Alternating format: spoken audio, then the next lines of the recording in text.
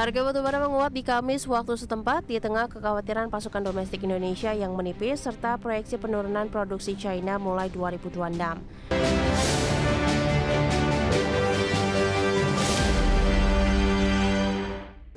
Keinformasi komoditas harga batubara menguat di tengah kekhawatiran pasokan domestik Indonesia yang menipis. Harga emas dan harga minyak dunia cenderung stabil setelah Amerika dan Iran sepakat untuk melanjutkan perundingan nuklir di pekan depan.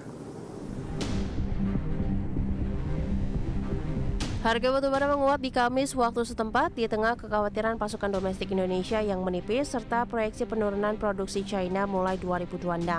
Dikutip dari Big Mint, pembangkit listrik tenaga uap di Indonesia menghadapi resiko kekurangan bahan bakar yang kian meningkat, persediaan hanya cukup untuk operasi kurang dari 2 pekan. Tercatat harga batubara Newcastle untuk pengiriman Maret 2026 naik 0,35 dolar Amerika menjadi 117,6 dolar Amerika per ton. Harga emas cenderung stabil di tengah pelaku pasar menunggu hasil pembicaraan nuklir putaran ketiga antara Amerika Serikat dengan Iran di Jenewa. Di perdagangan Kamis, harga emas dunia naik 0,31% di 5.186,86 dolar Amerika per troy ounce. Sementara di perdagangan Jumat pagi waktu Asia, harga emas dunia di pasar spot melemah 0,09% di 5.182,02 dolar Amerika per troy ounce. Harga minyak dunia cenderung stabil setelah Amerika Serikat dan Iran sepakat untuk melanjutkan perundingan nuklir di pekan depan. Keputusan ini diambil usai putaran diskusi intensif di tengah pengerahan besar-besaran pasukan militer Amerika di Timur Tengah yang terus membuat pasar waspada. Dikutip dari Bloomberg News, minyak WTI Amerika diperdagangkan di kisaran 65 dolar Amerika per barrel setelah ditutup hampir tidak berubah di sesi Kamis. Minyak mentah Brent menetap di level bawah 71 dolar Amerika per barrel. Berbagai sumber, IDX Channel. Dan seperti apa update terkini pergerakan harga sejumlah komoditas yang berhasil dihimpun oleh tim redaksi kami sampai dengan sore hari ini waktu Indonesia Barat. Dapat Anda saksikan grafis di layar televisi Anda pemirsa, di mana minyak WTI Amerika Serikat menguat di 0,72% di level 65,68 dolar Amerika per barrel. Nikel menguat di 1,54% di 17.993 dolar Amerika per metrik ton. Emas juga menguat di 0,09% di 5.198 dolar Amerika per troy ounce. Sementara CPO menguat di 0,74% di 4.026 ringgit Malaysia per tonnya.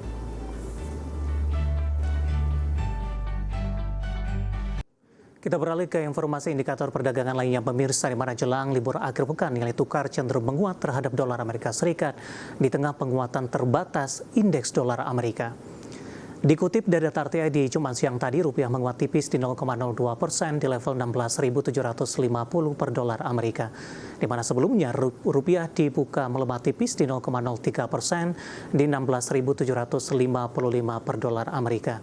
Sementara indeks dolar Amerika melemah tipis di 0,01% di 97,782 di Jumat pagi setelah menguat tipis di 0,09% di perdagangan hari sebelumnya. Pergerakan rupiah masih dipengaruhi dinamika dolar Amerika Serikat, di mana dolar sempat bangkit dari pelemahan di perdagangan Kamis setelah data klaim awal pengangguran mingguan Amerika yang mengindikasikan pasar tenaga kerja masih cukup kuat. Namun penguatan dolar relatif terbatas seiring adanya komentar dovish dari pejabat The Fed yang menilai suku bunga masih berpulang turun tahun ini jika inflasi terus mereda. Kita akan coba lihat updatean pergerakan nilai tukar rupiah terhadap sejumlah mata uang utama berikut ini. Dapat Anda saksikan grafis di layar televisi Anda pemirsa. Pergerakan nilai tukar rupiah terhadap dolar Amerika Serikat di 16.773 rupiah, kemudian terhadap euro di 19.800 rupiah, pound sterling di level 22.583 rupiah, kemudian terhadap yen Jepang di 107,54 rupiah. Keinformasi emiten pemirsa, di mana PT Astra International Tbk atau ASII melaporkan kinerja yang kurang menggembirakan di sepanjang tahun 2025. Laba bersih perseroan turun di 3,3% secara tahunan dan pendapatan perseroan turun di 1,54% secara tahunan. Dikutip dari Keterbukaan Informasi Bursa Efek Indonesia, PT Astra International Tbk atau ASII membukukan laba bersih Rp32,77 triliun, turun 3,3% dibandingkan pencapaian tahun buku 2024 di Rp33,9 triliun. Sementara pendapatan bersih perseroan tercatat di Rp323,39 triliun di 2025, turun 1,54% dibandingkan periode yang sama di 2024 yang mencapai Rp328,48 triliun. Sumber pendapatan terbesar diantaranya dari segmen alat berat, pertambangan konstruksi, dan energi Rp131,3 triliun, segmen otomotif dan mobilitas tercatat di Rp125,65 triliun, seiring dengan penurunan revenue beban pokok pendapatan perseroan sepanjang 2025 menyusut 1,4% year on year menjadi Rp251,95 triliun, sehingga laba bruto menjadi Rp71,44 triliun atau turun 2,2% dibandingkan 2024 di Rp73,06 triliun. Selain itu, perseroan hanya membukukan laba sebelum pajak penghasilan Rp49,29 triliun atau berkurang 7% dibandingkan capaian di 2024 sebesar Rp53 triliun. Hingga akhir tahun 2025, perseroan mencatatkan total aset di Rp507,36 triliun, naik dari 2024 di Rp471,44 triliun.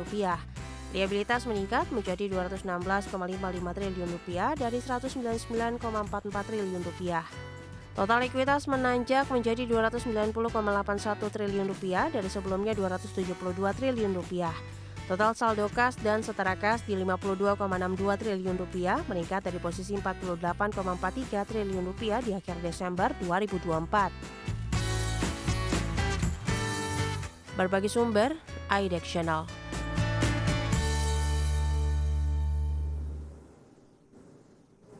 Ya, pemirsa, seiring capaian kinerja di 2025 dan seiring pelemahan dalam indeks harga saham gabungan di sepanjang perdagangan hari ini, secara teknikal ASII juga terjadi atau mengalami pelemahan dalam dan ikut menjadi pemberat indeks harga saham gabungan. Langsung saja kita ke grafis yang pertama, pemirsa, tapi juga saya akan coba sampaikan untuk dari pergerakan saham ASII di sepanjang perdagangan hari ini. Ya, ditutup di perdagangan hari sebelumnya, tepatnya di 26 Februari di 2025, posisi saham Astra International berada di level 6.725.